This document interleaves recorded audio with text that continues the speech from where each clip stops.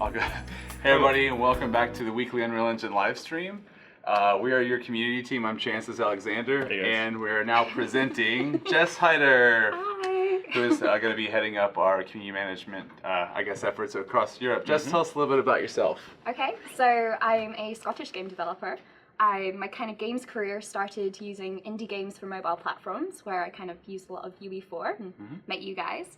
After that, I did a little bit of AAA work working at 4J Studios on the console edition of Minecraft. Awesome. And now I'm here. Yeah, awesome. Yep. So we're super glad to have you on the team. Yeah. You know, we're probably going to be having her at all sorts of events across Europe. So if you're going to be out and around, you'll find her at shows, different meetups, and all across our internet channels and stuff. So stop by and say hello, be friends. So we're going to hop into the news real quick, and then we'll have Laurent and Ray hop on and take us through all the great animation things about, well, I guess the characters in Paragon. So chill if we could to the monitors. All right.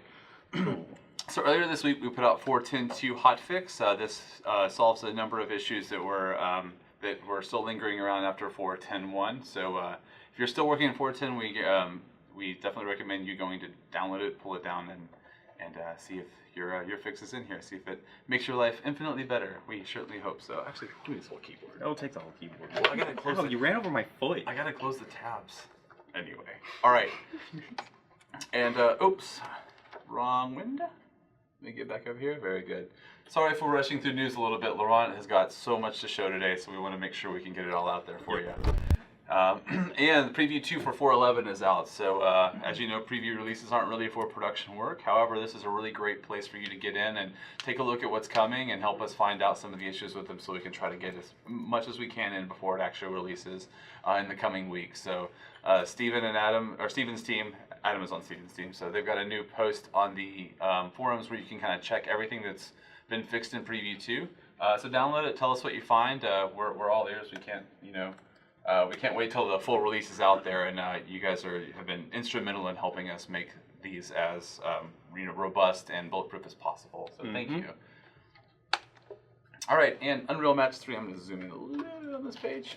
So Unreal Match 3 is a learning sample that we kicked off a few weeks ago. I guess right before the break, we had Laurent and Alan Noon come on and talk about it. It started as an Epic Friday project where Alan was working on some Match 3 mechanics, and it turned into like a full-on game that was like it's a learning example that goes through a number of different aspects of game development, from in-app purchases, C++, programming, blueprint scripting, building analytic packages, everything. It's pretty solid, and not only is it available for download on iOS through the launcher and the project files themselves there in Android, all of the documentation Laurent has told me have all come online like now. So if you're looking at making a mobile game, this is a really good one for you to kind of understand a lot of the different specific things that you're going to want to keep in mind working on mobile. But even if you're just building a game in Unreal Engine, or you just want to get started and see what the process stem to stern actually looks like, this is an extremely valuable asset for you there. And if you just want to play a Match 3 game on your iPhone,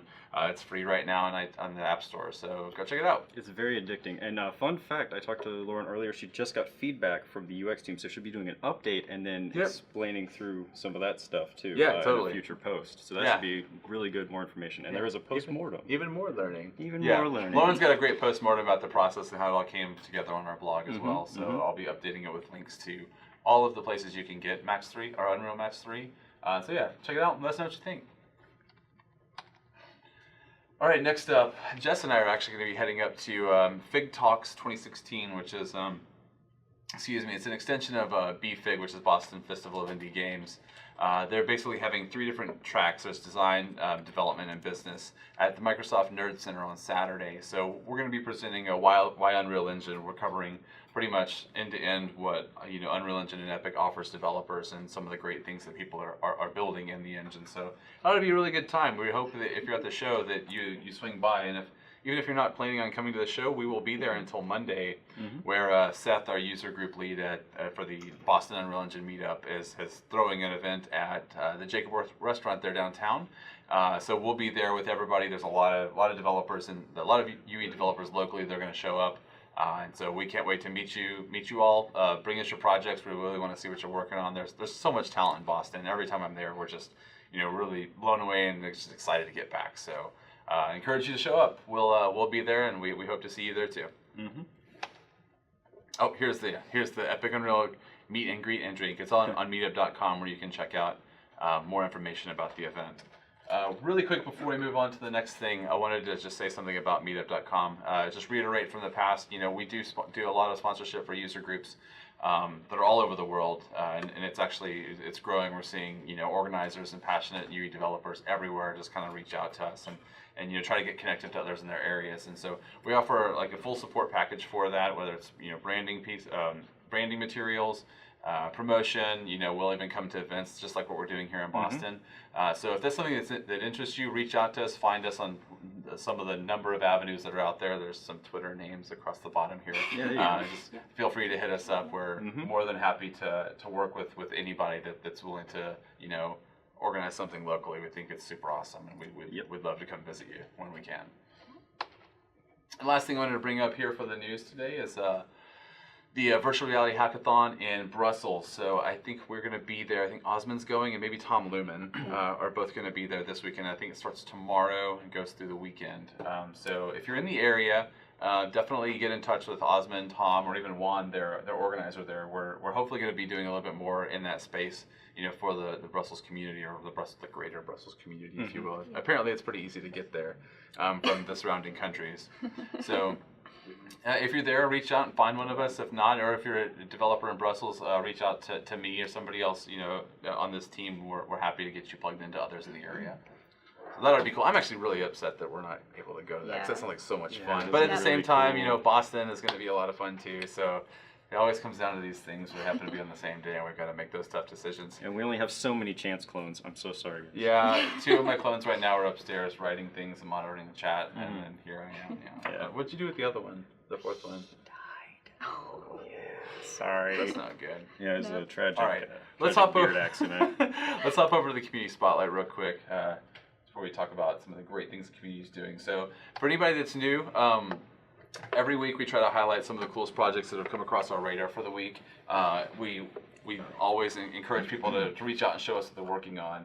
And that's how you end up on here, and we've got a running list of them on the forums as well if you want to see what we've highlighted in the past. But there's a number of you in the chat that we've shown off your project before, and Alex is going to take us through what we got now. Sure. First things up is we have the top karma earner of the week on the answer. Oh yeah, Shelly, back from that for a sec. Sorry. First thing is in on the screen. So top 3 karma earners of the week: Cancel. First time winner. Moss and Devil's D, both of you guys already have badges, but Cancel's getting a new badge. So congratulations on that. Good work. And thank you to everybody else on the list who's trying for it. You're going to have to fight pretty hard, though. These guys are it's funny, I'm looking at the list here, too. We've got a number of really high earners in the past. I even see Horatio on there. Hey, Horatio. Shout out for everyone's on there. Yeah, so, pretty much hop on the Answer Hub. We really... love seeing the community help each other out. That's what makes it so great. We have so many people that are willing to support each other, and it's humbling to us. So just thanks for all the hard work. Yeah, thank you guys so much for coming on and just being out there with everyone. Yeah, totally. All right, so on to the actual thing. There we go. Nice scene transition. So this actually kind of happened pretty quickly last night. Banana King 932. Chris Robertson. Oh, I thought you were saying last night at 9:32. No, actually it was probably around 10:30 or something. We were he and I were talking and yesterday, and he said, "Hey, like I know you have this OSVR, and I've pre-compiled the plugin. They have a 13-minute video and instructional guide of how to install their version of it, but he's gone on and just pre-compiled it and is now giving it out, and it makes it a lot more plug and play. Yes. So if you're using OSVR, it's super easy now. So that's great. Yeah, thank you so much. And he's updating it for 10 and all that too. And he's also in here making updates as he goes along. That's great. So if you are someone who's interested in VR and you were one of the people who got an OSVR because they were like $350. Because I'm not some God's Lego figure hero, the P.L. Michael Keller. I'm reading his. Oh yeah, he mentions Katatis. He's talking about all you guys out there that are always in the chat. This is Chris. Yep. Thank you so much. Good work. Yeah. All right. Next up, we've got a loading screen tutorial. This one's actually relatively new, and it's a proper C++ tutorial series, or I guess really long tutorial of just here's how you go through it, how you can do a nice loading screen. It's pretty straightforward, which is what I like. You know, you can just go in, read it. He's got a great description. This was written by the Jamsh. James Baxter. James Baxter. Very so cool, James. Thank you so much for making this awesome tutorial. Yeah, it's really funny. Cool. I get asked that quite a bit too. It's like, hey, I want to build a proper loading screen. Do you have any resources for it? That's why I had to highlight it. It's one of the most common things that shows up. Is just how do I make a loading screen? And it's here you go. Really, really easy. Very cool. Yeah, thank you all so much. Thanks, James. Congratulations, everybody. Cool. All right, and does that wrap us for Community Spotlight? All right, cool. So at this moment, we are going to get over to the meaty conversation of animation, where we're going to see some really, really, really cool new features that are on their way. I don't know, we were poking around earlier, and it was quite. I was just having fun, kind of like poking at controls and moving around. All right, and stuff. So Jess, thanks for joining us. Thank you for having me. Yeah, well, I'm sure you'll see her around. And come say hi if you spot me anywhere in Europe. Absolutely. So, All right, take care. See ya. See, this is why it's awesome to have these mics. Yeah. So we can just, And then we can sneak new people in. They'll hear you walking on, but still. Very cool, and we'll pass that back down. This is. Thank you. Yes, and such a great trailer. I've actually watched it at home a few times too. Yeah. So. All right, so this is one that I've been. This I guess segment of these 411 Paragon tie-in streams has been one I've been excited about for quite some time now. We've been Jay Hausfeld and Ray and Laurent and I have been talking about this for a couple months now, since before the end of the year, and this for me, like, animation and AI are the two parts of game development that I know the least about, and so every time I see tools that make that process easier or more like intuitive for me, it's huge, right? And so I really can't wait to see what we're going to get into Yeah, today. and animation is very visual, so it's always nice to see you have some subjects or a lot of theory or math or something very abstract, but animation is visual, you can see it, so it's always interesting to watch. Yeah, absolutely. So I know that you've got you've got a project currently loaded. Yeah. I think it's down there on the bottom. We'll make sure this is all running. Yeah, perfect. So Right on. before we start showing any gameplay, I kind of want to explain the goals that we had.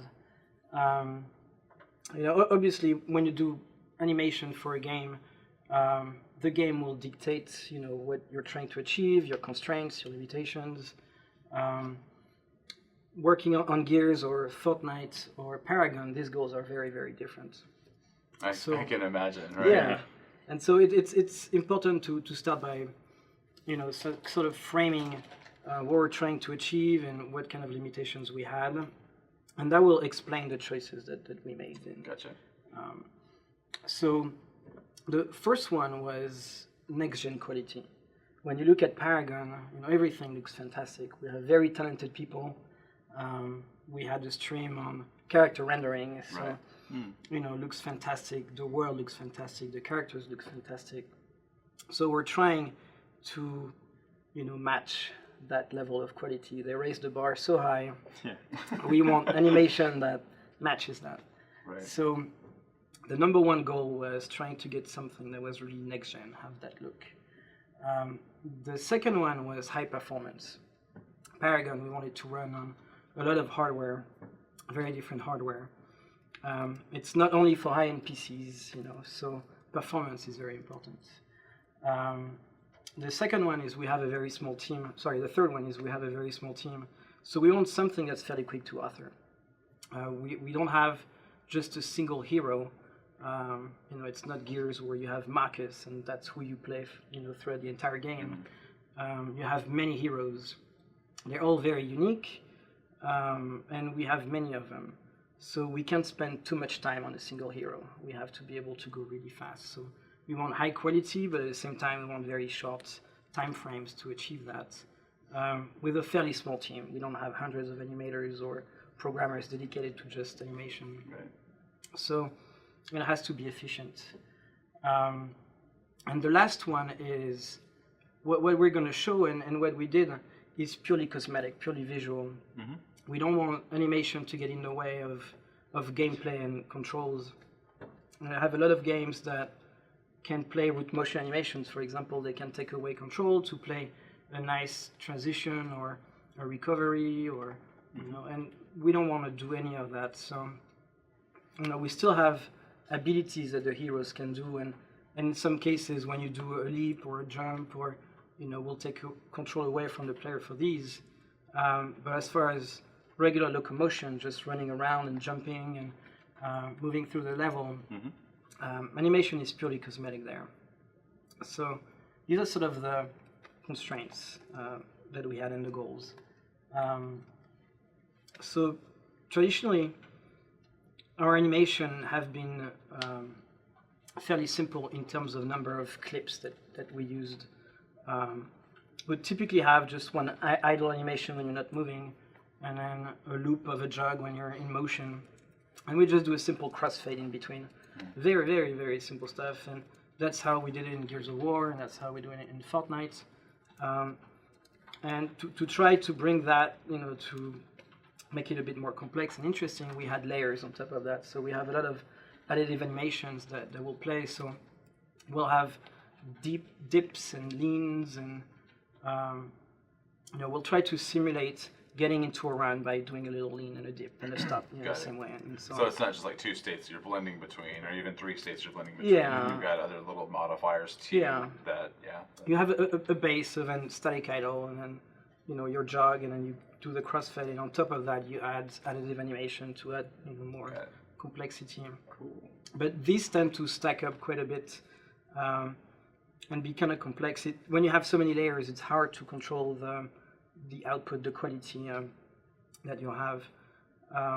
And for us, next gen meant that we wanted a lot of organic motion. So we want some anticipation and recovery. So when you do a jump, before you do your jump, you sort of crunch, and then you do the jump, and then when you land, you have this little compression, and recovery phase. So when you look at any action, you always have a little anticipation when you prepare to do that.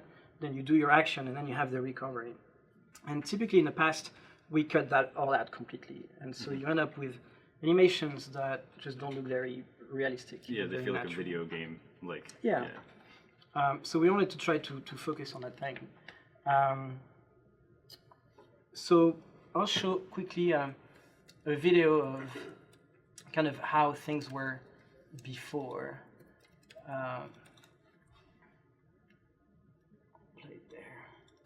So we see, so that's the hero we'll be talking about today. This is Calari. And what you see here is really what we had before we started any of this work. So you see there's basically the idle, and then you have the jog forward locomotion loop, and there's a crossfade in between.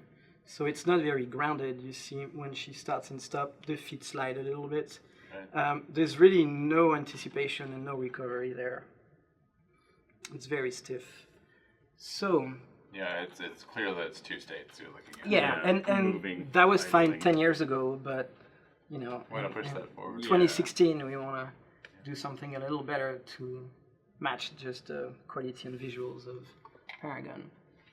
So I will show that again at the end. It's a nice comparison of kind of where we were and where we got to.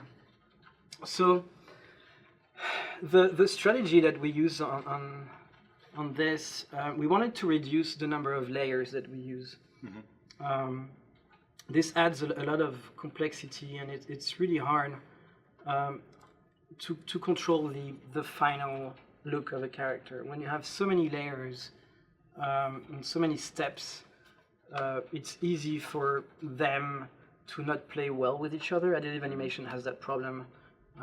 It can look good on a, when you've authored it on a certain base, but if you change that, you have unnatural bends, rotations, or...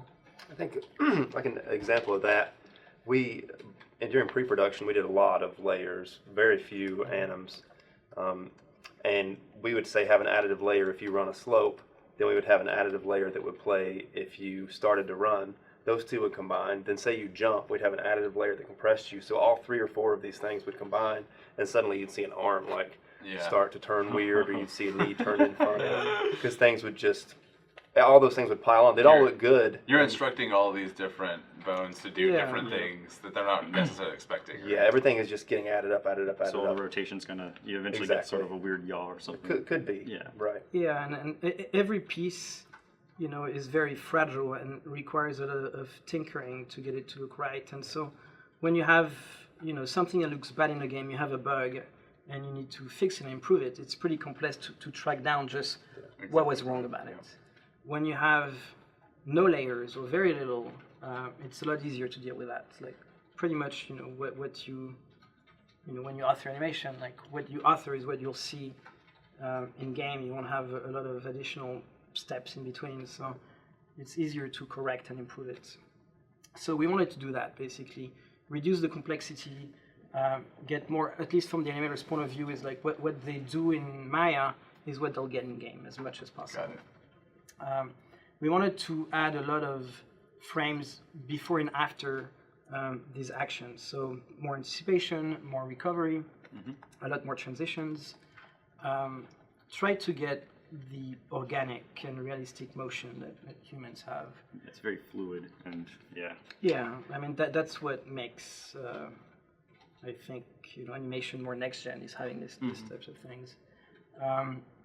And we wanted to try to have longer cycles too. We've always done one cycle for Jug, so it's very repetitive. We try to play additives to try to mix it up, but nothing beats mocapping a real actor and getting many cycles. So we tried to shoot for 4. In some cases we made it, in other cases it was difficult. But try to do that as much as possible. And then use mocap as much as possible. It's super easy when you're dealing with human bipeds, but Paragon is a game where we'll have very different heroes, and you get some monstrous looking guys in there. Yeah, and you can't always mocap that. So as much as possible, we'll try to, and where we can't, we'll try to use inspiration or have a model to create this sort of anticipation and recovery again. So the first step that we did is do a big mocap session. That's very, the first thing we did on that character. Right.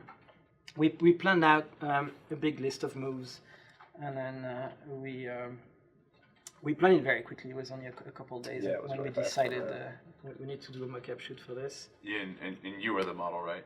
No, I wish. No, I don't know actually, because we did some scary things. It was Melissa May, right? Yeah. It was Melissa here. Awesome. Yeah. Really, wow. Yeah. We wanted to capture going up and down slopes, and so we tried to put a platform, but we had no real platform to do this, so it was like 8x8. It was what was used for the trucks and Gears 2. Yeah. Like to bounce. They have these inner tubes they bounce it on, so it's a big 8x8 platform. Yeah. And we just stood it up, and then it basically has poles coming through each side. We just put them into rungs of a ladder, so it was like the most unstable, sketchiest thing anyone's ever stood on ever. Yeah. And so you were at the end, if she would fall, you were ready to catch her. I just stood back there. And we were crossing our fingers. Backward up this crazy, rickety. Yeah, it's like you gotta sprint backwards up that thing. Jeez. But it was great. Like that's some of the best stuff I think in the game. I love it when the slope animations play because you just feel it. It's so much more physical now when they hit, and it grounds them in the world because they'll hit a slope and then start digging in to like climb the slope. I think it's one of the best things we did. Yeah, a lot of that realistic next-gen feel is really in the details, and I think motion capture, you capture that very easily. Trying to reproduce it by hand is very, very difficult, and it's also very time-intensive, and we want to be fast here, We just don't, we want to avoid tinkering forever on small details if we can capture that right away. Especially when you say small details mean like they're like the biggest thing, right? Like so you're gonna want to prioritize them at some level. So however you can make that more efficient, right? So now we'll get to look a bit of gameplay, what we've done. So the first thing that we've tackled is our transitions. Let me see. I'm going to try to show this and this. So for start and stop transitions, our idea was to do motion prediction. Basically, we're trying to predict where the character is going to stop. So in a game, when you move around, you're just that capsule. This is what moves in the game. The character is, as we said, purely cosmetic. It's kind of a layer that plays on top. But when you move around is this capsule. What we're trying to do is predict when it's going to stop. So you see the red sphere. This is predicting the location of the stop. When we start, we leave a green sphere, and this is where we started. So essentially, for the stop, we're looking ahead. We're predicting where you're going to stop, and we're looking ahead. That gives us a few frames to do the anticipation for the stop. When we do the start, we drop the marker and we look backwards. So we look back in time, and for the stop, we look ahead in time. When we do pivoting, it's a mix of both. Let's see if I can do it there. The purple is basically the pivoting point, and we see that we look ahead a little bit and then we look back quite a bit. So we basically predict the motion and the character does, and we place these markers in the world. We do the same for jumps. We predict the apex, that's the purple, and the red is the landing point. So very easy stuff. Purple apex and the red is the landing.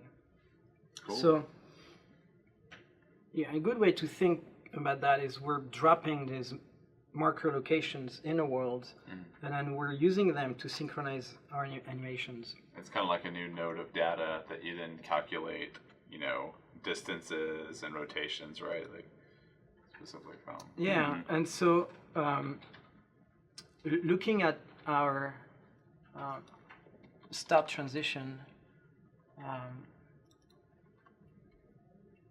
this is the start forward that we use.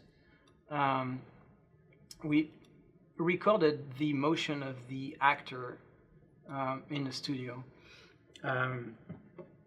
just like root motion. If you're familiar with the term, it's really just root motion. And what we did is we translated the physical movement into a curve. We have it here, and we call it a distance curve. And in the case of a start transition, you're looking back in time at where that marker was. And so that curve describes the distance of the actor to that marker.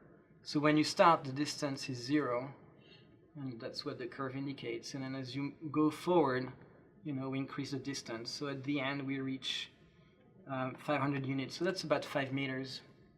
So we mocapped our start transition to be a distance of 5 meters.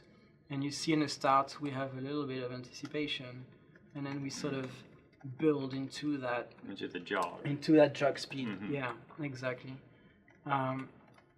The stop transition is very similar, except the stop, instead of looking back in time, you're looking ahead. So when we start, we have about 105 units, about a meter away. And then we go all the way to 0 when we reach that marker, basically. So you see we have a little bit of distance for the anticipation to the stop, and then the rest is just a recovery after that. Pivoting is a combination of both, because you reach a point and then you leave that point. So in that case, the distance curve is going to start being negative. So here we have about 60 centimeters before you hit your pivoting point. So that's where you go into your stop, and then you push away. And for this one, we have about 3 meters away from that. So we're really synchronizing the animation to the movement of the capsule in the game. When we record the actor in the studio, the actor has its own speed and acceleration, and in a game it's obviously different. So we're trying to, sort of remap the motion that we recorded to the motion that's in the game. So when we do this, by using the distance, we get really precise foot placement, no foot sliding at all. But the flip side of that is we play the animation either a little faster or a little slower, because both speeds don't match exactly. If for people who are familiar with root motion, like basically the animation tells the capsule where to go. So if I cross the room in the animation, the capsule will just follow the animation along. Where this kind of flips that on its head. Basically, the capsule is going to cross the room, and then it looks at that curve to say, at what point across the room am I in this animation, and then it plays that frame. So it uses the motion of the capsule to pick which frame to play in the animation. So basically, the animation stays locked to what the capsule is doing movement-wise. So if the capsule is sitting still and then starts moving forward, the animation says, okay, I'm 2 units from where I started. I'll find that on this curve and play that frame. Got it. And when I'm 100 units away, I'll play the frame So it's like predictive, right? Yeah, right. Yeah, so you can see the start and the stop in there. And if you remember the video we showed earlier, it's a huge difference. The character feels a lot more grounded. We don't have this crossfade between the idle and the loop, causing a lot of foot sliding. And we get a little, and on the way back, we get a little step to stop, and then a nice shift in the body. So a nice anticipation and recovery there. We get the same when we do pivoting. So she kicks her leg out and then pushes out of the way. It's the kind of detail that gives us. We'll get back into the trying to match both curves and playing the animation a bit faster and slower. We use speed warping to solve that, and we'll go in detail about that in a little bit. The next thing that I want to talk about is synchronization markers. And basically when we go into our start, we go from our start transition into our looping locomotion animations. To make that seamless, we put markers on the animation for where each foot is. If we look at our looping animation for the jog forward, we have about 3 or 4 cycles in there, and you can see these green markers here: right, left, right, left. This is where basically the foot crosses with the hip of the character, basically. So the right foot goes through, and then the left goes through, and so on. What we've used here is actually, let me see if I can show the bones. We look at the toe bone, so it's this one, when it crosses the root bone of the character. And we do this for every foot that's on the ground, every passing foot on the ground. And the reason for doing it that way is this sort of tells us spatially where the foot is, and we can synchronize the animations that way. We sort of thought about this, and a lot of people seem to describe the movement as when the foot touches the ground and leaves the ground, and sort of like the amplitude of the step. And we decided to go instead with spatially where it was around the player, to minimize foot sliding. So when you transition between animations, we'll sort of try to get the closest position to where the capsule is, basically, to minimize sliding. So we sacrifice a bit where the foot is in terms of being up in the air or down on the ground, but we try to keep the position in a world to minimize foot sliding.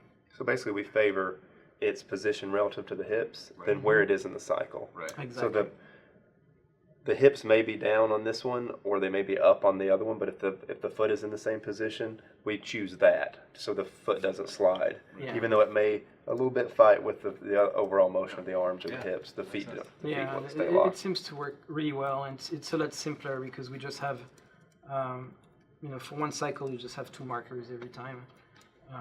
And this has been such a huge feature for us because in the past, say, in gears, all the, say, the jog anims that needed to blend together needed to be the same length so that they could be synced. And now, like this has a 3-cycle, this is a 3-cycle jog. Jog left may be 1 cycle, jog backward might be 2 cycles. Right. And it matches everything up using these feet markers. So it allows you to be much more flexible and, I guess, loose when you're designing animations. And especially when we're mocapping a lot of stuff, because we can kind of take what the mocap gives us. Right. If the mocap gives us 3 good cycles, great. If it gives us 1, that's not the best, but it'll still work with the other ones. Where before, if we could only get 1 good cycle of jog backward, that really meant we only had 1 good cycle of any other direction, regardless of how it looked. Yeah, so that's the start transition, and basically we start, stopped, and when we pick up speed, and we go transition into our jog loop. And so we have these feet markers, and that allows us to find a good spot in the loop to transition, so it's completely seamless. We use this for pretty much all of our transitions. The ones that go into to and from the looping. And again, this is a big difference of how it's been before, because before we would need to get out of that transition as quickly as possible, because you need to get in the jog forward, out of jog forward start, because from jog forward we may branch into any other direction or anything like that. But since we have sync markers, we can slowly crossfade into jog forward or into any other direction. And it doesn't care. No. Yeah, so the pivoting is the same, and but that's basically what we use to connect our transitions to our looping locomotion cycle. This is a feature that Martin Wilson in the UK worked on, so a little shout out to him. Martin Wilson, thank you for your help. It's a great feature. We've been wanting that for a long, long time, so it's great to finally have it. It is super nice. So after that, the next thing we'll look at is, we'll come back to locomotion a little bit, but first I want to show turning place. So turning place, we use basically the same technique. I'm going to make sure we're not slowing down there. We use the same distance curve, except here it's not distance, but it's rotation angle. And so we have 90 degrees left and right. So we rotate the head first, and then the body will catch up. We have more of a lag on a 90 degrees. When we go to the 180s, it's a lot more responsive. She'll turn it a lot faster in that case. Yeah, because clearly the player wants to turn and look that way right now, right? Yeah. Yeah. I like that the head tracks almost exactly 1-to-1, just a little bit of lag behind the camera. Yeah. Yeah, there's a very small lag on the head, barely. Yeah.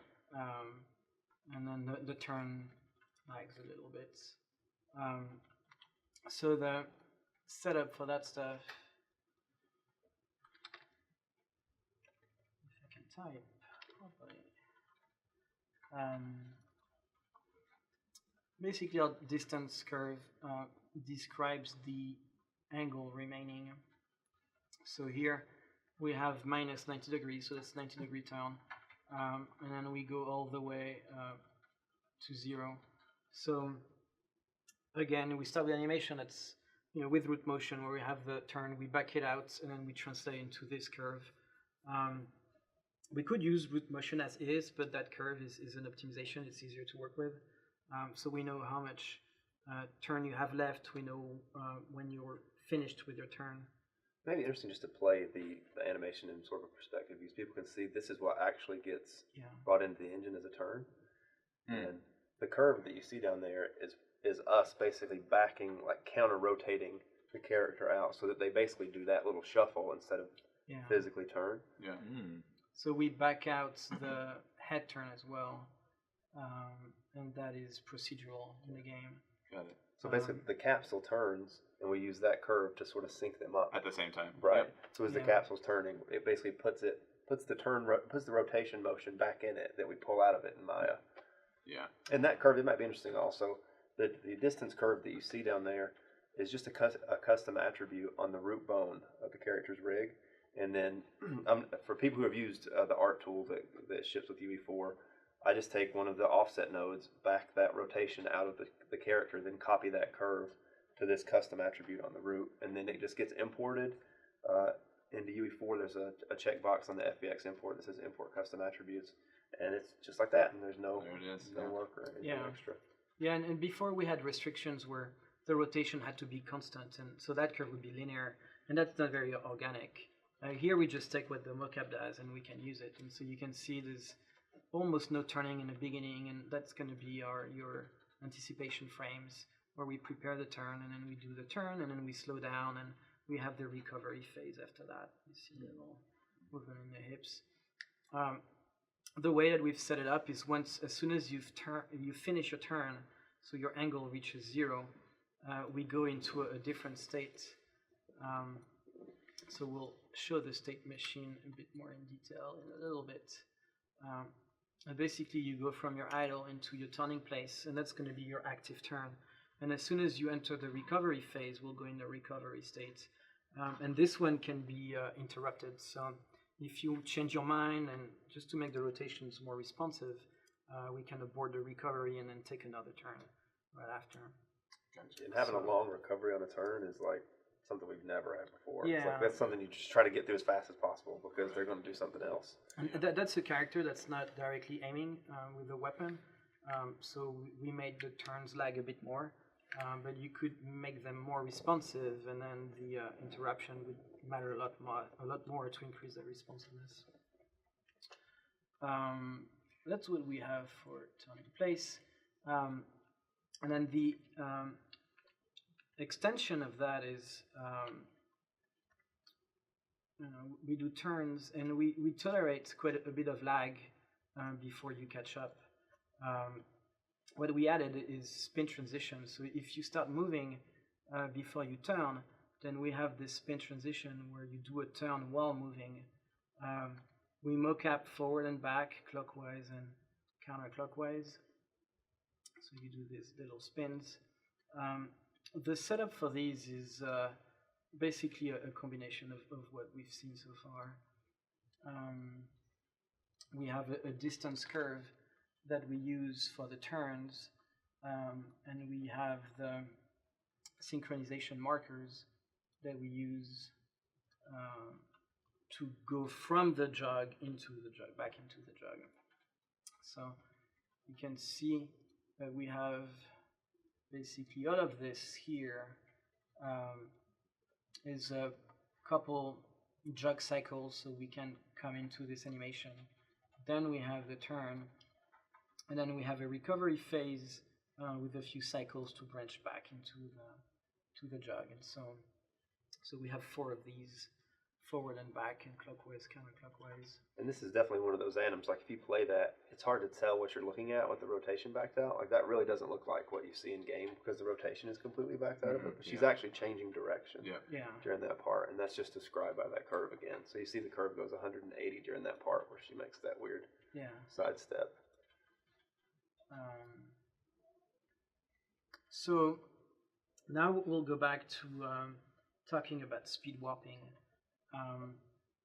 So initially we mentioned speed warping for transitions. So we mocap an actor, and we use his locomotion, so his speed and acceleration, and then the game has something completely different.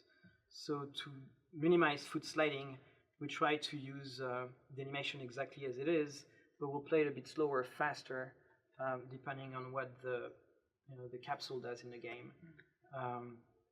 And playing animations faster and slower looks really bad. Like you have very little range that you can play with. Usually you push it to maybe 10%, and then after that it completely breaks apart.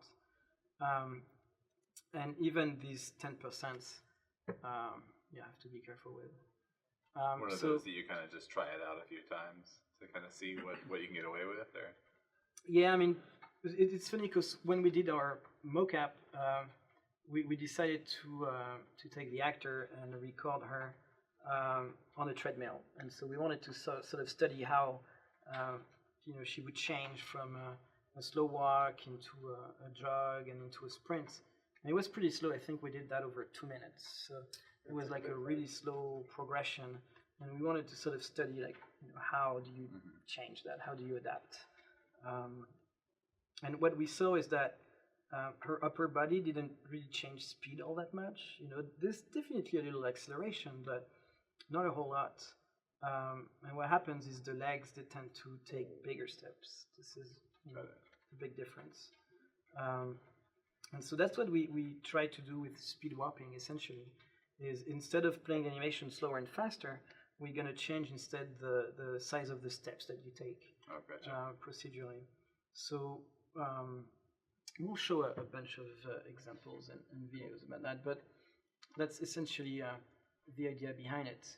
I have a video showing the difference between speed warping and not. And so on the left here, you see speed warping.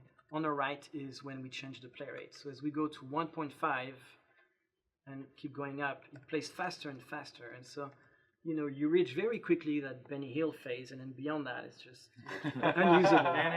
Yeah, it's completely unusable. And then when you slow down, it's the opposite. Like, you completely freeze. And eventually you reach 0 and you stop. And you see with speed warping, you're basically jogging in place.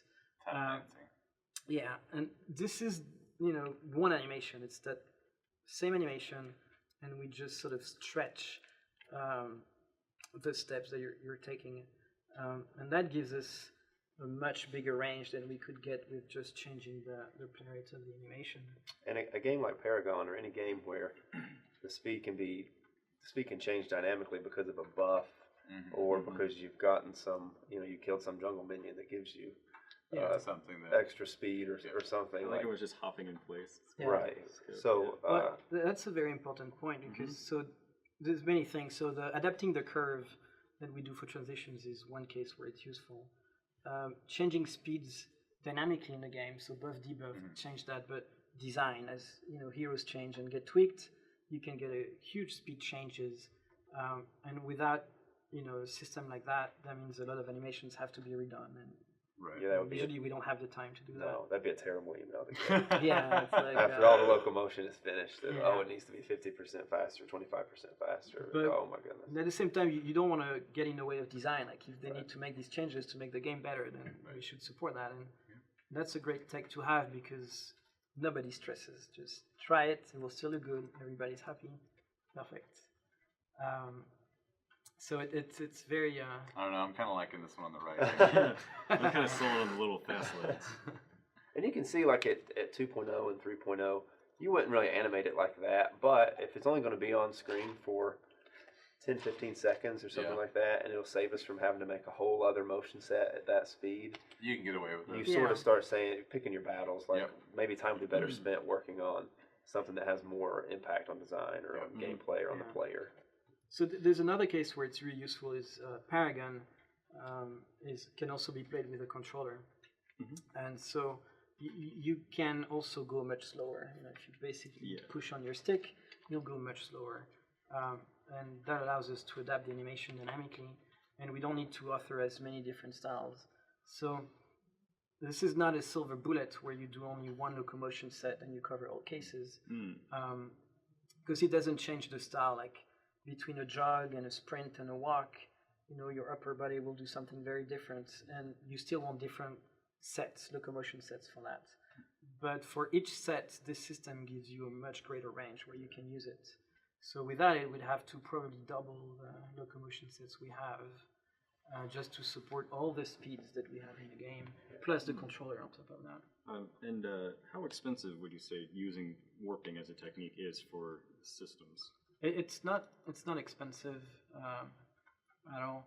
We'll go in a bit of details of how it works. But the good news is the setup that it uses is the setup that we require on all the assets on the marketplace.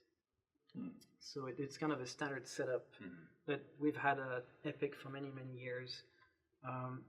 And it's basically, I can show it quickly. It's a node, a post-processing node that you just slot in your graph. So if you go into, this is our looping locomotion state here. We have two main locomotion styles. We have the travel mode, and we have the regular jog for this character. And it's just a little node that we place in there, speed warping. And essentially what you tell it to do is just a scale, and then you also tell it the direction of your scale. So the movement direction and how much slower or faster you want it to be. And then it's just post-processing from there. It uses our IK setup on this. So once we go into wireframe like this, so basically we have defined and what we require in the marketplace assets is IK bones. So we have, you can see if Shelly can zoom there, we can see there.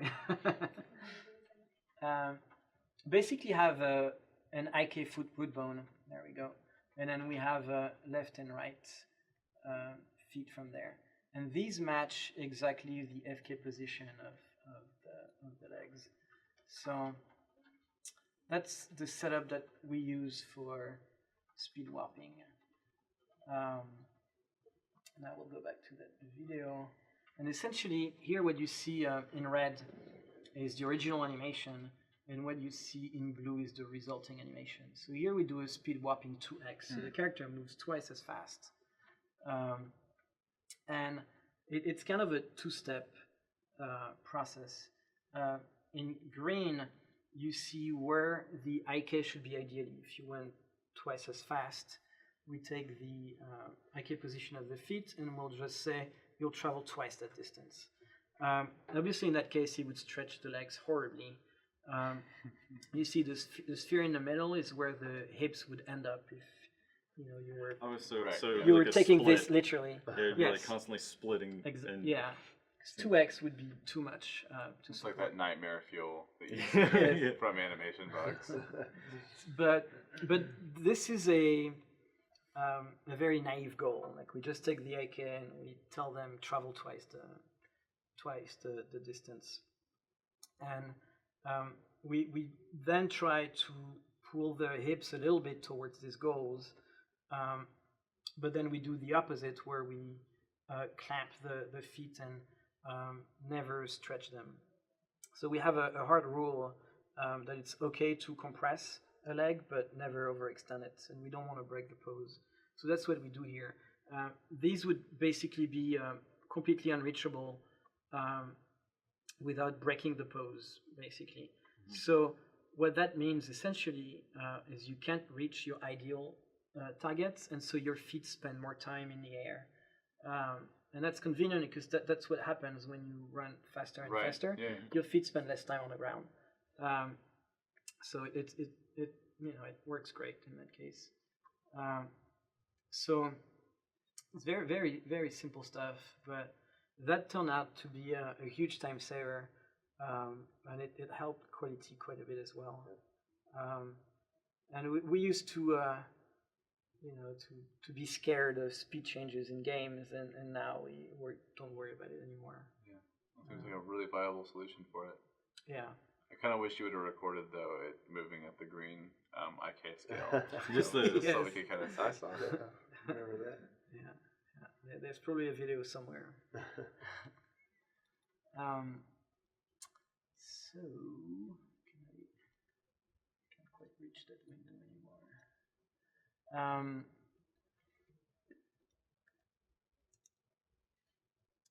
Yeah. So another case where it's useful. The spin transition is a great example of where speed warping shines.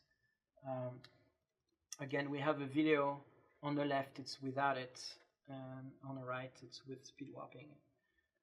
What we do here is we play at about a third of our speed. So we get this by not pressing all the way on the gamepad, 1/3. And you see on the left, the whole animation is slowed down because this is how we can get it to not foot slide. But the downside is that it slows down your turn as well. With speed warping, we're basically taking smaller steps, so we don't slow down the turn. So the transition plays for the same amount. We're not slowing it down. We're just taking smaller steps to not foot slide. It also eliminates the moonwalk effect, and you get kind of a tiptoeing effect instead. Yeah. Very natural. It's like she's like coming up to a crosswalk jogging. So that helps us quite a bit. And so when you look at the transition, like the start and the stop and those kind of transitions, it eliminates these transitions playing a little too fast or too slow. And we're able to play them at a regular speed. We just take smaller steps when needed to have what we recorded from the actor match what we have in the game, basically. That's great. It's all dynamic, so designers can come in and tweak the physics or whatever, top speed, acceleration. And then I'm sure it makes Ray's life easier too. It definitely is easier. When Laurent first sort of started talking about this idea, I was a little bit skeptical, like just stretching out the legs. But it's the best. It's really the best option. It's so much better. I mean, as you saw, than just speeding it up or slowing it down. And because we're doing all these extra transitions and things like that for locomotion, if you only have one cycle jog and that's it, then it's not that bad to do a walk, a jog, a run, and a sprint, and just have those on a continuum that kind of blend together. But since we have like 3 cycle jogs, 4 cycle jog, starts, stops, pivots, we can't do that for walk, jog, run, sprint. I mean, the animation budget starts growing. Producer's hair starts falling out. And, Jay starts crying. Gavin starts laughing. Yeah, Gavin starts laughing. I think Gavin's still in the chat. I think he's laughing in the chat right now. So it's this gives us that sort of spectrum to play in without having to author, a spin transition when you're running at half speed and a spin transition when you're sprinting. We can sort of stretch these animations out, and it's as you saw in the video, it's so much better than just scaling the play rate. Goodness, and scaling the play rate is something that just drives animators crazy. Like on previous projects, you would sort of work on something, 3 or 4 or 5 or 6 months would go by, and then you would come around back to it to do a little bit of polish, and you see a designer sped all the animations up 400% or something like that, and you're just like, oh my goodness. Seeing something other than just adjusting the play rate of an animation is a very nice thing to have. So what we're going to take a look at now is more of what we put into our main locomotion loop. So we talked about our regular, so in this case it's a jog. So jog forward, we have about 3 or 4 cycles in there. So this is the blend space that we use for that. We added slopes in there. So we have uphill and downhill, and then we added leans. In the past, leans is something that we used to do with an additive. But we found that mocapping, you really get something that looks very different and adds a ton. So we try to mocap it so it looks better. So one blend space for one direction. We use 4 of these. So if we go back to our jogging state, you see the 4 that we use. So we have north, east, south, west. Very easy. Each one we just provide the lean angle, the slope, and then the play rate. So we do scale rate a little bit. We do want some of it. We don't want too much of it, but we want a little bit. So we can control how much we want speed warping and how much we want rate scale. So if you jog faster, we want maybe the arms to swing a little bit faster. We control how much we're gonna. You kill that little. Oops. You're about to start always installing Visual Studio, you son of a gun.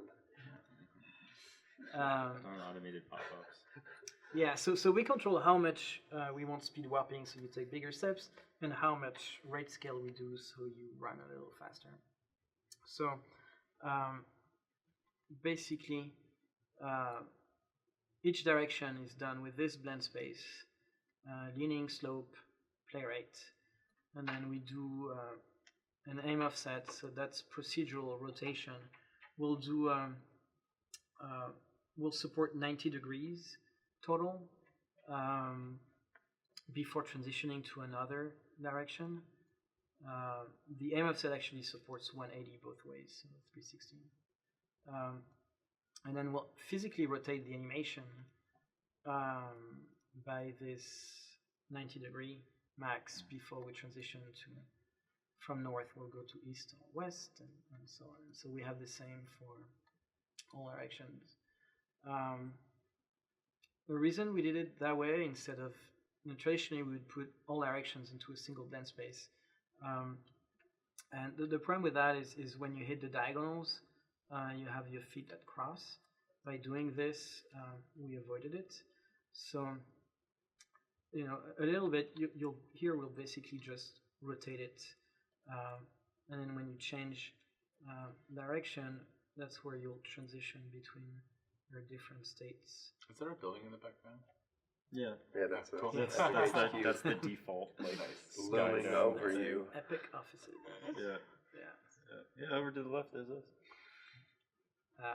So I don't know if you can reach that gamepad. This is it's harder to show on a keyboard and a lot easier to show on a gamepad. But you see, as I circle around, like she'll basically do this sort of body shifts, and that's when we go from north to west and south and so on. But it helps us eliminates the crossing we have in betweens, and it sort of gives it a natural movement too. Yeah, that's really nice. So before, basically, we'd have say forward and left, and then as he would approach that 45 degree, we would just start blending those two. So you get 50% forward and 50% left, and the legs would start going through each other, and it would just be sometimes okay, and sometimes not so good.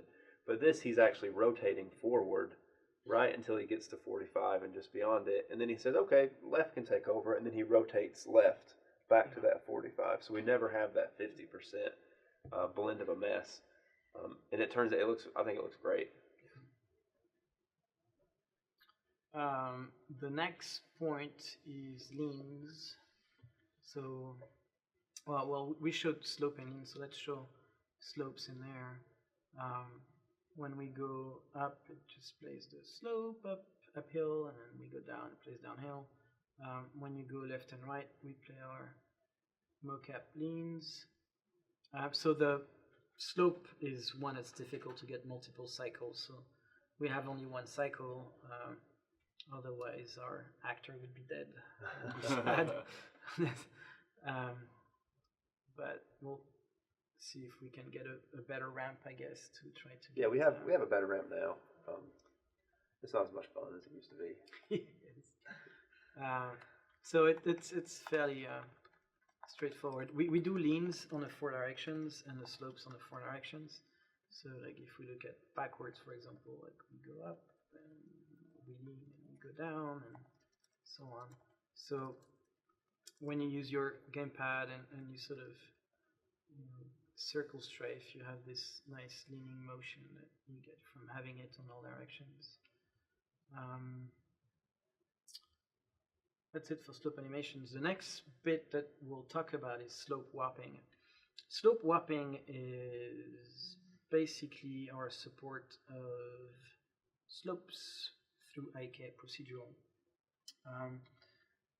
Let's see if I can show live.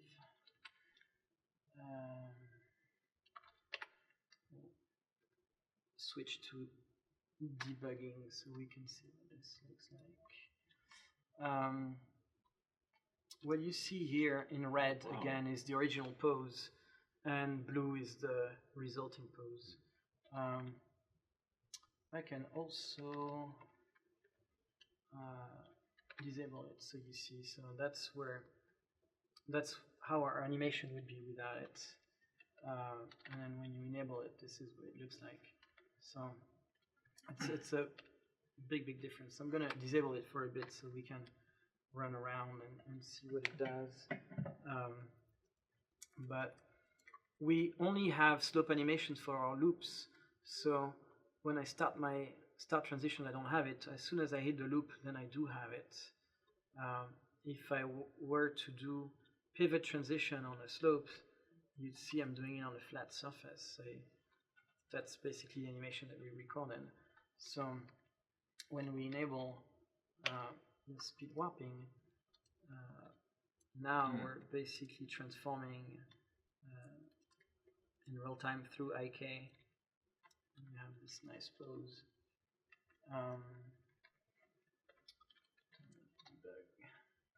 This is what it looks like. So, the way it works is similar to speed warping. We use the same IK setup for the feet. What we do there, we have two modes. We have one that's super fast. Basically, we use the information of the capsule to tell us where the floor is. So we want the orientation and the distance, and the capsule can give us that. It's not perfect, but it's good enough for speed. The high quality mode does traces on each foot, and we use that to adjust the IK. What we do essentially. Switch by debug, it's easier to see debug. What we do essentially, the little diamond that you see in there is the IK roots for the foot. So we offset it to meet the floor. In yellow, the yellow ball is basically the floor location, and the yellow arrow is the orientation, the normal. Yeah. So we'll basically use that to offset the IK. You calculate based on that normal. Yeah, and rotate it. Yeah. So we basically say we move the feet to the floor location, and we'll rotate the IK feet to match exactly the orientation of that floor. Now that's going to create some stretching and overextension on the legs. So the next step is to pull the hips, and again, we don't want to break the pose. We allow compression, which is what is happening on the left leg. The one that's up the slope gets compressed a little bit, but the one that's down the slope, we want to preserve it. We don't want to break it. So you see around the pelvis, the red is the original location, and the blue-green is the resulting one. So we basically pull the hips a few times to try to stabilize it and not break the pose. So this is again a node that is done as a post-processing. So where we have our 2-bone IK for the legs, we run it just before, and we just have one of these in the entire graph. And then we do the IK for the legs right after. The thing that's really neat about that system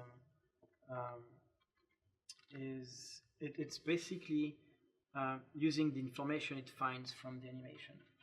So if we look at our blend space that we had, so this is our locomotion forward blend space, and we'll show the IK foot root. This is the IK foot root that we have in this. For our looping animation, it's straight because it's been authored on the ground. Is that number one? It's in world space. Oh. But there you go. Local space, there you go. And then when you go uphill, you see it rotate up, and then downhill, rotate down. So the slope warping node is basically doing the difference to meet the current slope of the game. So if you have animations, it will use what it has, and then it will just make up the difference. So that rotation on the foot root is in content.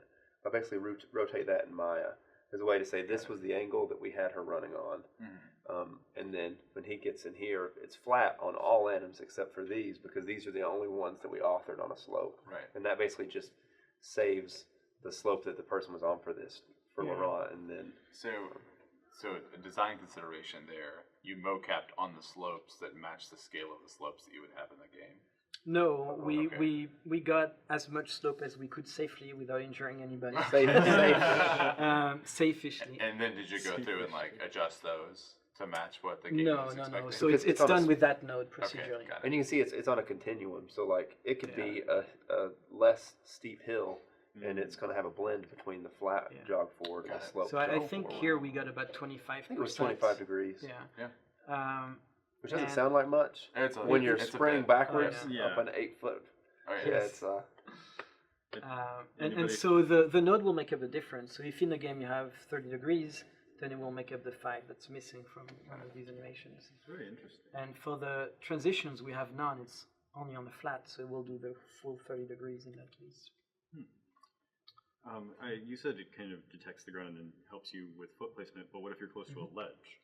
Is that kind of calculated as well, so you won't like have a foot hanging over an edge and that kind of weird floaty? No, you can have a foot hanging. I mean, it's the capsule is what tells you whether you are falling or not. So the animation will have 1 foot hanging. When we do the traces, if you choose the expensive option with the traces, there's a limit on it. So if the ground is near, you'll take a step down. If it's way too far, then you'll just have a foot in the air. If you use a capsule, then it's whatever the capsule tells us, and the capsule tells us you're not falling, you're still on the ground. Right. But even so, like when you're looking at some of these, that might be just a really minute detail that's not necessarily noticeable in those fringe cases that you would be so close that the trace would be too far down, right? And those like choices constantly have to be made everywhere. Like for performance, do we have the performance to do a trace for each foot? Right. And maybe not. And you might be able to get it. You can probably get right on the edge of that. Case here, we're close enough. And I don't do it. That's the cheaper version though. So this one is just the capsule, so you always have a foot hanging there. The downside of the capsule is when you're at an edge like this, your foot does fly. Yeah, you do need to be to have the traces for this one too. So there's limitations to that technique versus the other, but there's performance trade-offs that you're making. Yes, absolutely. Right. The cheap one with the capsule is not as precise, but it's cheaper. So doing the one that has the traces is for each, that's going to be way more expensive. Especially considering how many characters are going to be running around. So right. I mean, that's the. And it's a per character, I think. It's an issue that's is a bigger problem for larger characters with wider stances. She's relatively a small character, and her feet are pretty close to where the capsule is, or the origin is anyway. Most of the time when she's standing still. But say a character with a really wide stance, that foot could be hanging way out in space. So it's just like almost everything else with this stuff. You just sort of have to weigh 4 or 5 different things, and then make the trade-offs. Make the cheapest, fastest, best looking trade-off. We'll talk about jump very briefly because we're starting to run out of time. The jump was made a similar way using distance curve. We broke our jump in 3 parts. We have a takeoff, the in air apex, and then the landing.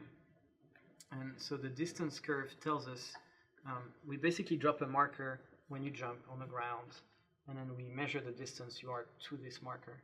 And we use it here to get a few extra frames of compression because animation runs after physics. So when we know that you're jumping, it's already too late. You are already jumping. So this allows us to compensate and have a few extra frames of the feet on the ground. So you can see in content, I'm pushing her down through the ground. Right. So and Maya, she's going below the origin. Exactly. At the beginning of that. She starts, above the ground, and then she sinks into the ground, and we compensate for that. And in game, she will have her Because the capsule's moving, right? Right. The capsule takes off instantly. Yeah. I just lag her behind just a little bit. Got it. And I try to do it as much as I can, and then designers are like, "Oh, here's the capsule and shooting overhead, and it's still hitting her." And but I try to do that as much as possible, so it feels as grounded as we can make it. So if we slow it down a little bit, we'll be able to see. But as we take a jump, cool. We have a few more frames where the feet connect. Show the caps. It's kind of hard to show that. If you look at the capsule, let's see if it works if I separate it like this now. The capsule basically leaves right away, and you see the feet stay on the ground a bit longer. And you can imagine if the feet stayed level with the bottom of the capsule, how kind of weak that jump would feel. Right. She would just go, like she's just being lifted off the ground instead of pushing off.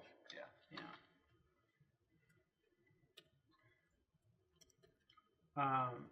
So we also use distant curve for the landing. Landing is similar. Is we put a marker where you're gonna land, and then we use that to synchronize your feet getting close to the ground. The arc is synchronized with the apex.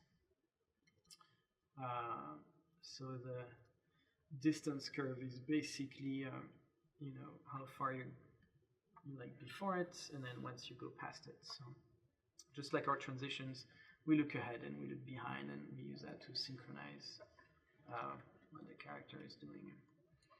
And then we have an additive. I think the mouse is starting to die. Oh wow. Yeah, that happens every now and then. Recovery additive. So we have an additive animation that we play, and this plays on top of anything in the game. That's why we picked additive. If we were to do a jump and then we land into a pivot, it would play on top of the pivot transition that we have there. So it gives us a nice landing compression, regardless of whether you're running when you land, whether you're standing still, if you're in the middle of some transition like that, we still get a nice landing compression. Helps the blend better. Yeah, and because if we didn't make it additive, we would have to make a landing for jog forward, jog backward, left, right, like all this other stuff. So by making additive, even though it's not, maybe the result isn't what you would have animated exactly, you still get a nice feel to it without making tons and tons of content. So you get it playing on top of a pivot in this case, and standing still. This is what it looks like. So I think that covers the jump. Another useful feature, this is something that Ben Gallagher in the UK worked on, is blend profiles.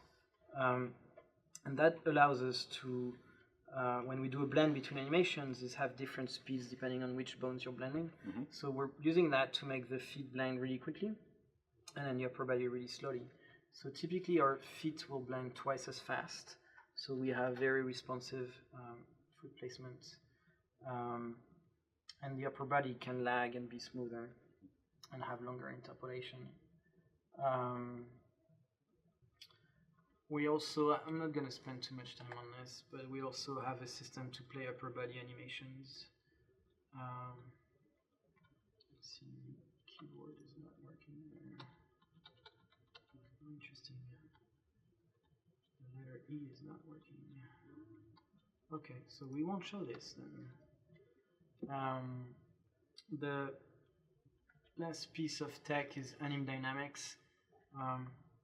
We have a simple physics simulation that runs.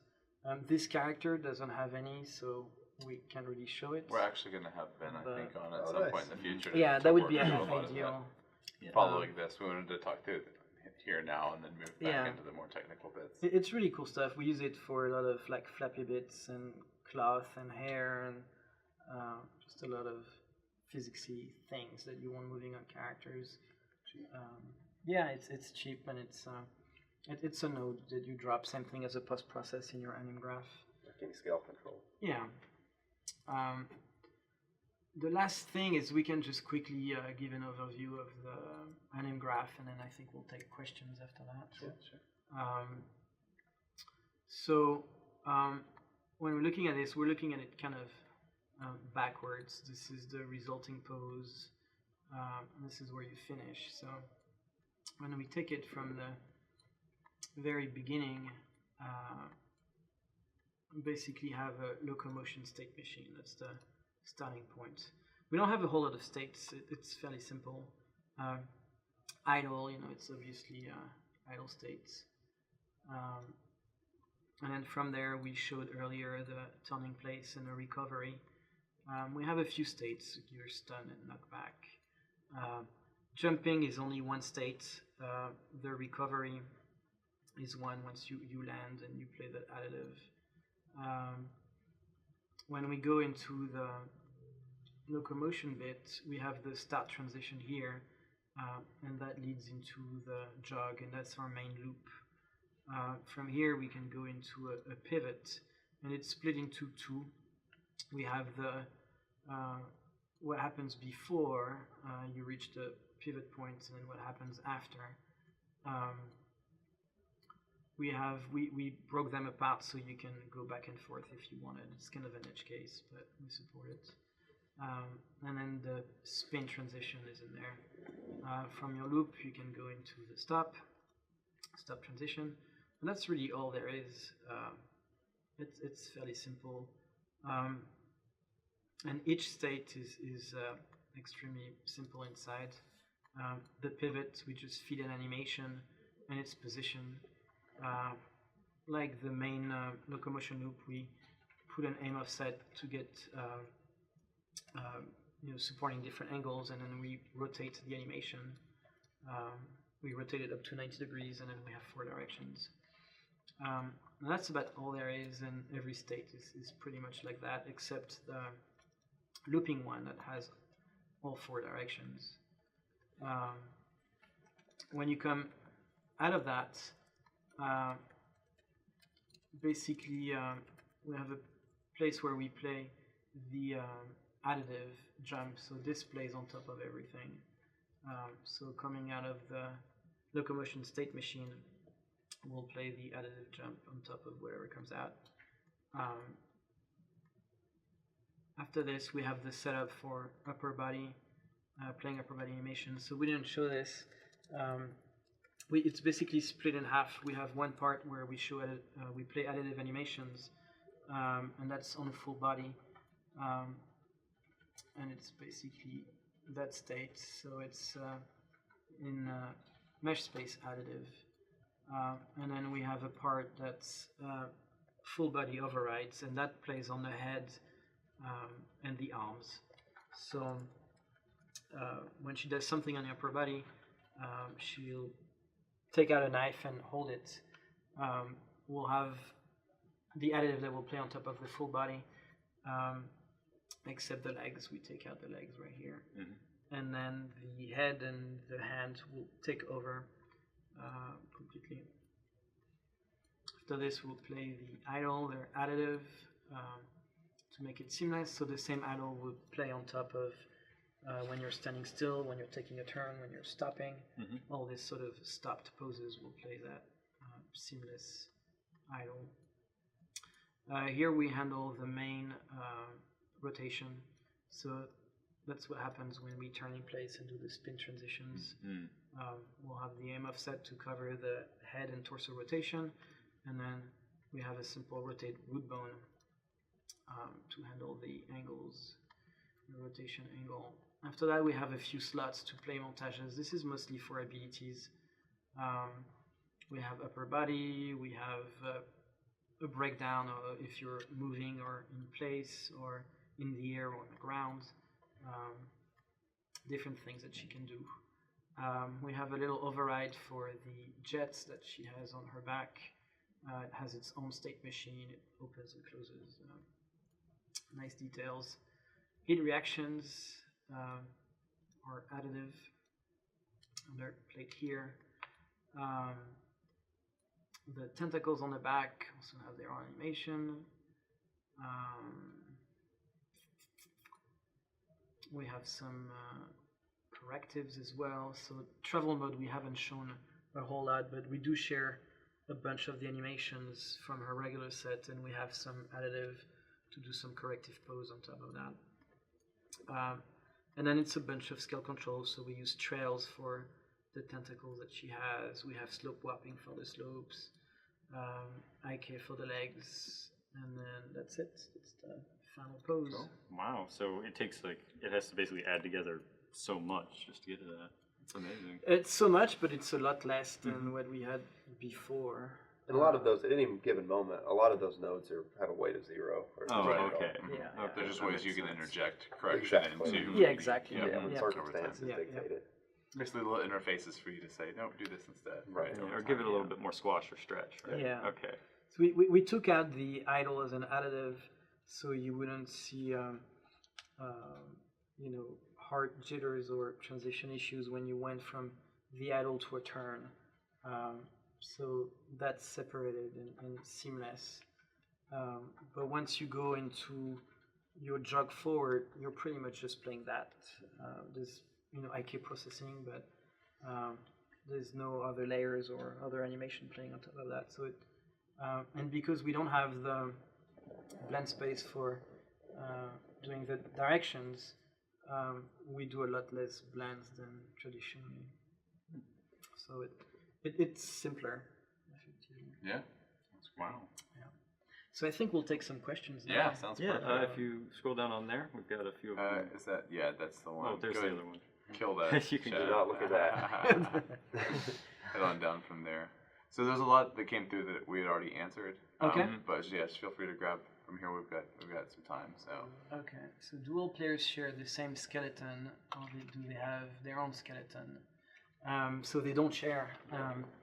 That's a big difference from Fortnite, where they all share the same skeleton, and we could do a lot of retargeting. Here, everything is pretty much unique. Very different characters, right? Like retargeting, I think would work, but I think it would be you wouldn't get the effects that you would want, right?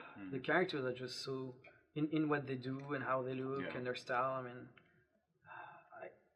maybe down the road, once if we have many characters, we'll be able to share a bit. At the moment, there's really no sharing going on, and not for a while. Cool. Yeah.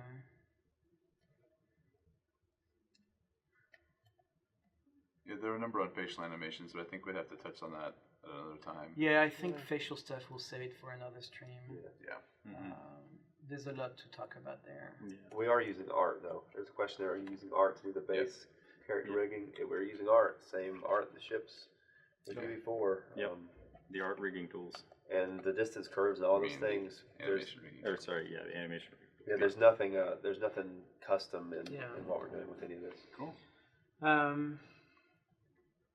If we use any special technique to solve intersections between rigid pieces of armor on moving characters, so that would be blend shapes in this case. And probably the anim dynamics limits and stuff like that would probably. I'm not sure when anim dynamics go out to the world. I don't know.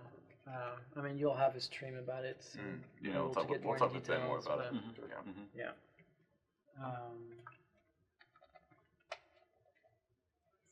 So how do we set priority in animations when you're getting hit, still attacking? How do you choose which one takes priority, or they blend together all the time? So it's basically how the graph is set up. There's an order to it, and you choose what overrides what. So in the case of hit reactions, we showed that, and it's like at the very end, it's an additive. So it will play on everything that's before it. If we play an animation on that slot, for example, that will take over everything that's before it, but hit reactions will still play on top. So it's just the way that you create your graph, you decide what takes over what. That's kind of a design, that sort of has design implications, a question like that. Like it's partly up to design, part of it's probably also part of the character. So she's a melee character, so playing a small additive on her during an attack is probably not going to be that bad, but say like a character who needs to have both hands on a weapon, or a character that needs to do some really precise thing with a weapon, that may be a problem, like applying some hit react additive on top in the middle of a complicated animation. Yeah. How are legs on slope animated is this IK. Yes, most of the time. The loop, though, we showed, we have some author animations for that, but we don't for everything else, basically, all the transitions. So IK takes over.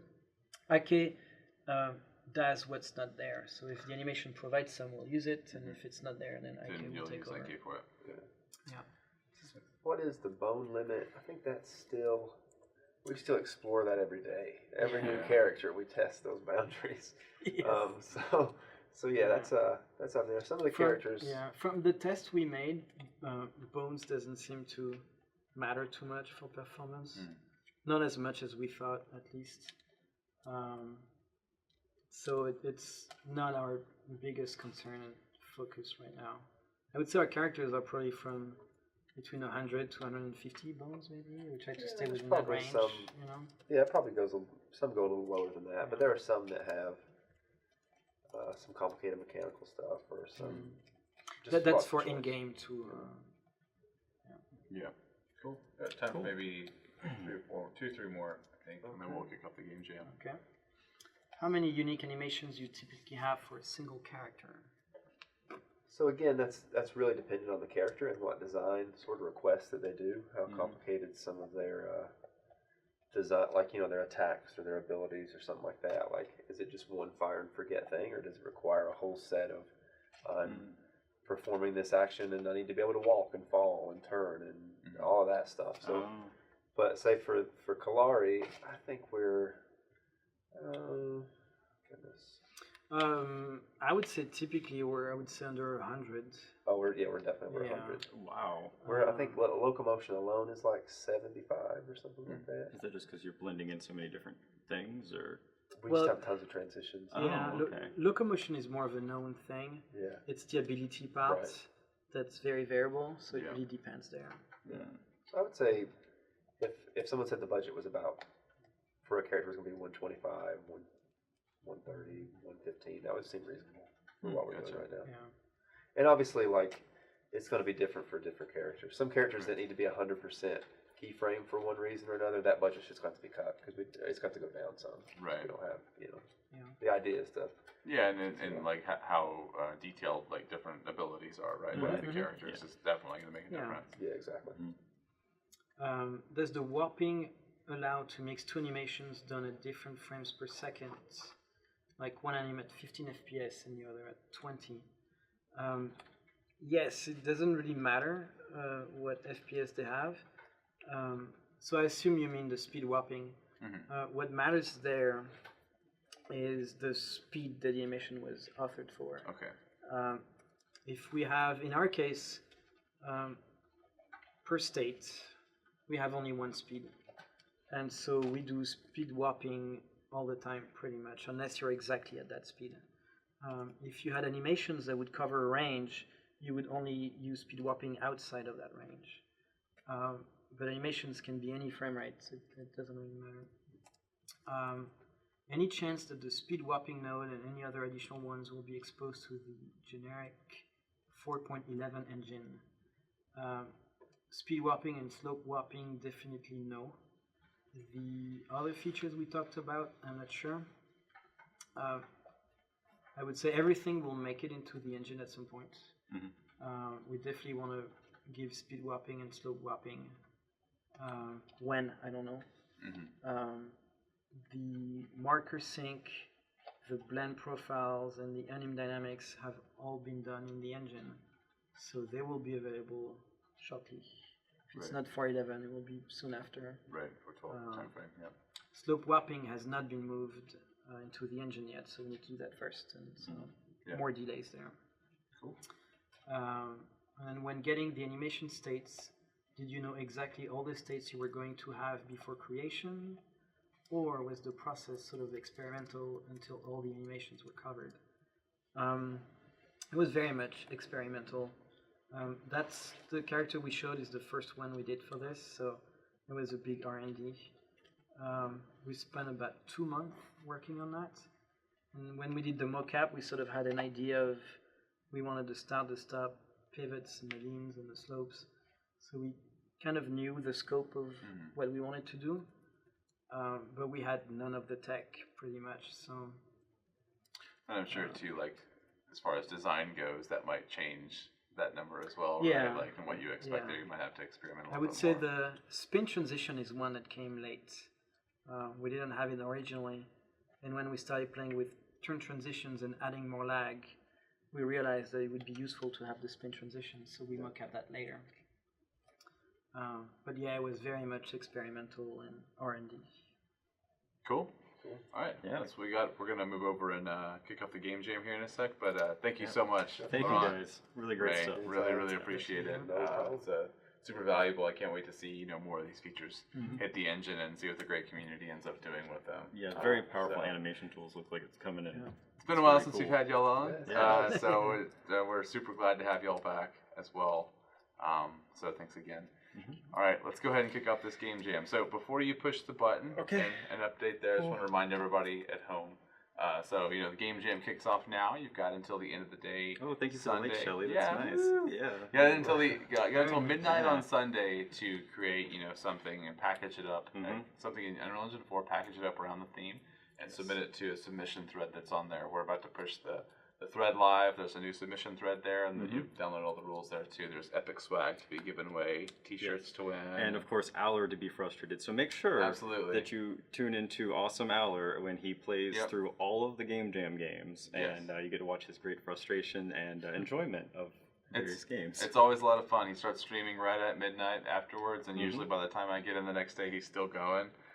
So feel free to tune in. I usually make it till about 3 a.m. and then I pass out on Twitch on my phone. But so we're doing a new t-shirt design as well. Our design team has that right now. I know we may have mentioned it last week, but thanks again, Philip, for helping us pioneer the game jams with the t-shirt contest, winning that. The one we got here, and we're just gonna refresh it for 2016 and moving forward. So all right, now you can do it. Oh, now I can. Okay, thanks. Yeah. All right. So we have it loaded over here. Let's go ahead and click on that forum thread. Yeah, click that forum thread there, since you're in charge. Load it over to the other screen. Scroll down just a little bit. All right. There we go. And we've got, it's don't push the button. Don't push the button. I was talking about this one. We were talking about this earlier. It's like there's so many ideas that came out between Jess, Alex, and I. So make something awesome. Surprise us. I can't wait. It's going to be fun. Oh, and also wanted to remind everybody, too, we're going to be showing the winners 2 weeks from now as opposed to 1 week from now. So we can get, good footage of everybody's game for the highlight reel and spend a little bit of time, extra time in the judging cycle and everything. Yeah. So it's not. Sometimes it feels a little rushed. Kind of a little bit of a madhouse around here for those first 3 days coming back. So it's the 28th live stream. We'll be announcing the winners. So tune in, everybody. With that, thank you, Shelly. Thanks, guys. Thanks, Alex. Thanks, Jess. You're not in here anymore. Clint, you're pretty cool too. All right, love everybody. We'll see you next time. See you guys. Bye. Oh, hang on a second. Okay. All right. Yeah.